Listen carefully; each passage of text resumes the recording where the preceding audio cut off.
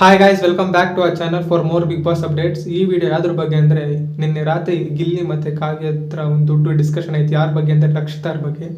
ಬೆಳಗ್ಗೆ ಯಾವ song play ಮಾಡಿದ್ರು, ಮತ್ತು ಗಿಲ್ಲಿ ಮತ್ತು ರಘು ಮತ್ತು ಚಿಕ್ಕ ಆರ್ಗ್ಯುಮೆಂಟ್ ನಡೀತು, ಯಾವ್ದ್ರ ಬಗ್ಗೆ ಅಂತ ಈ ವಿಡಿಯೋದಲ್ಲಿ ತಿಳಿಸ್ಕೊಡ್ತೀನಿ.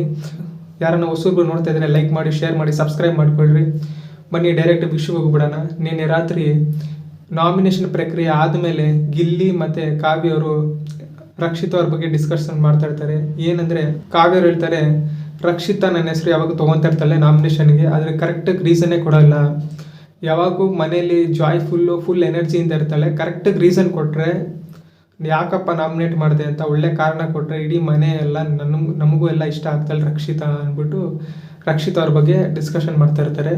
ಇನ್ನು ಬೆಳಗಿನ ವಿಷಯ ಬಗ್ಗೆ ಮಾತಾಡೋದಾದರೆ, ಬೆಳಗ್ಗೆ ಎಲ್ಲ ಕಂಟೆಸ್ಟೆಂಟ್ಸ್ಗಿಂತ ಬೇಗ ರಕ್ಷಿತ್ ಅವರು ಎದ್ದು ಗಾರ್ಡನ್ ಏರಿಯಾಗೆ ಬಂದು ಸ್ವಿಮ್ಮಿಂಗ್ ಪೂಲ್ ಹತ್ರ ಕೂತ್ಕೊಂಡು ಸಪ್ಪಗೆ ಅಳ್ತಾ ಇರ್ತಾಳೆ. ಅಂದರೆ ಮಾಳುವ್ರ ಬಗ್ಗೆ ನೆನೆಸ್ಕೊಂಡು ಅಳ್ತಾ ಇರ್ತಾರೋ, ಯಾರ ಬಗ್ಗೆ ನೆನೆಸ್ಕೊಂಡು ಅಳ್ತಾ ಇರ್ತಾರೋ ಗೊತ್ತಿಲ್ಲ.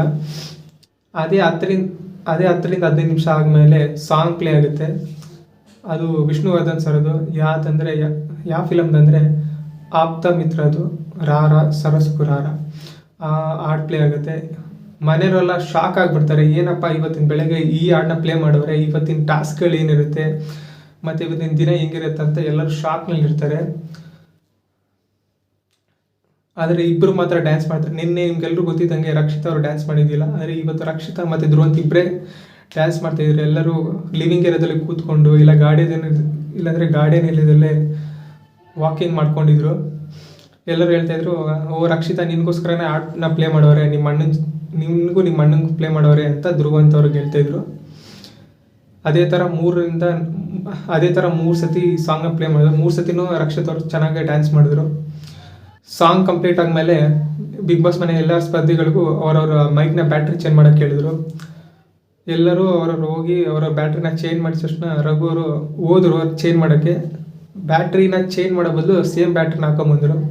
ಬಿಗ್ ಬಾಸ್ ಎಲ್ಲರೂ ರಘುವರೇ ವಾಪಸ್ ಹೋಗಿ ಚೇಂಜ್ ಮಾಡ್ಕೊಂಬನ್ನಿ ಅಂತ ರಘು ವಾಪಸ್ ಹೋಗಿ ನೋಡಿದ್ರೆ ಅದೇ ಬ್ಯಾಟ್ರಿನ ಹಾಕೊಂಬಂದಿರ್ತಾರೆ. ಆಮೇಲೆ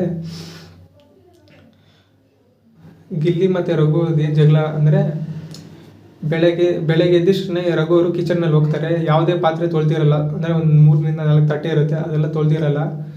ಗಿಲ್ಲಿಗೆ ಬೈತಿರ್ತಾರೆ, ಏನು ಕರೆಕ್ಟಾಗಿ ಕೆಲಸ ಮಾಡ್ಸೋಕ್ಕಾಗಲ್ಲ, ರಾತ್ರಿ ಇರೋ ತಟ್ಟೆಗಳು ಹಂಗಂಗೆ ಇದೆ ಅಂತ. ಗಿಲ್ಲಿ ಹೇಳ್ತಾನೆ,